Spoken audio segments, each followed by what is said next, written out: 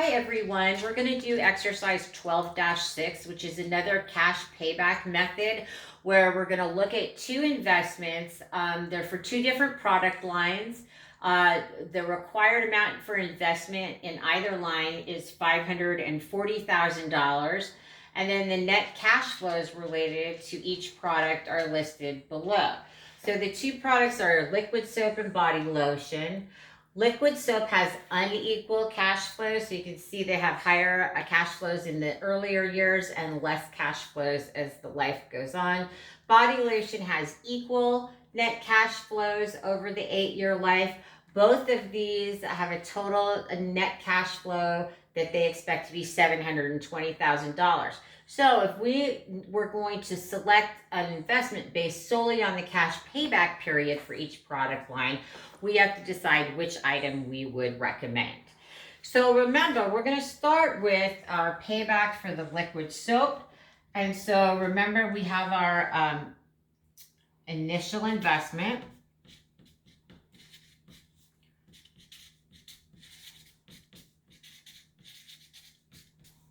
And that's going to equal the $540,000.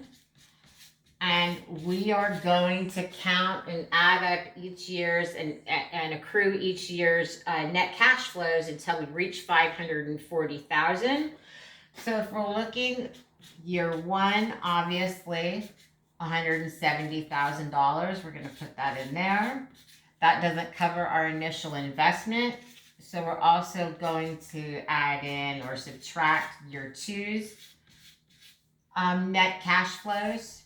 So that still doesn't equal 540,000. Here we're at 320, I think. In year three, we've got 120,000. And then finally in year four, we have 100,000, and that will recoup our total payback. So we will have paid everything or received it back in 4 years. So 4-year payback period.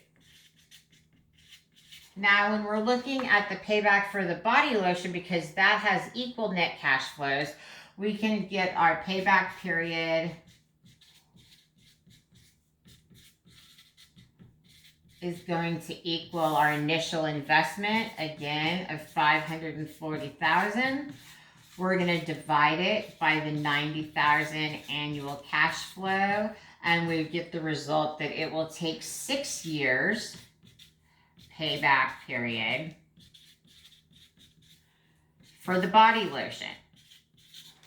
Okay, so if this is what we're going to base it on, then we should invest in the liquid soap. So that's going to be the one you want to recommend. And then basically on B, it says the project with the greatest net cash flows in the early years of the product life will be favored over the one with the smallest net cash flows in the initial years.